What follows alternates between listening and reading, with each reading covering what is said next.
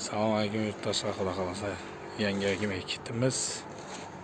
Tak, nerede Sputnik'te 2 etajli polni, teplый pol. 2 xonasi bor, radiator bo'ladi.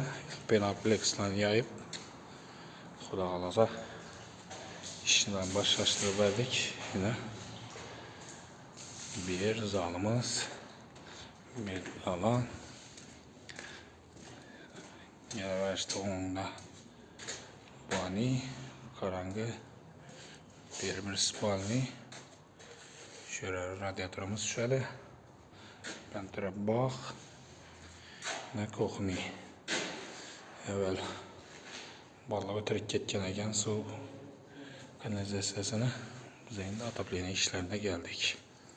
Xudo xolasa şu zinateyine şöyle kolektörümüz şöyle.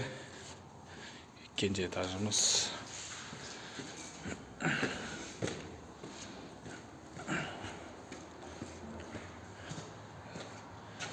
Güzel yine. Birimiz bize de Tolkien toplu bol buladı. İyi. Bir anda bir zal. Birimiz bani. Su kanalizasyonları işlem tuttu. Bize atapleniye geldik. Toplu pol, radyatör, katıyor ustanovkası. Bunda bir sağ. Kalırsa iş devamında görüp beraberse yalanımızın koyup varamız. Hemen rahmet.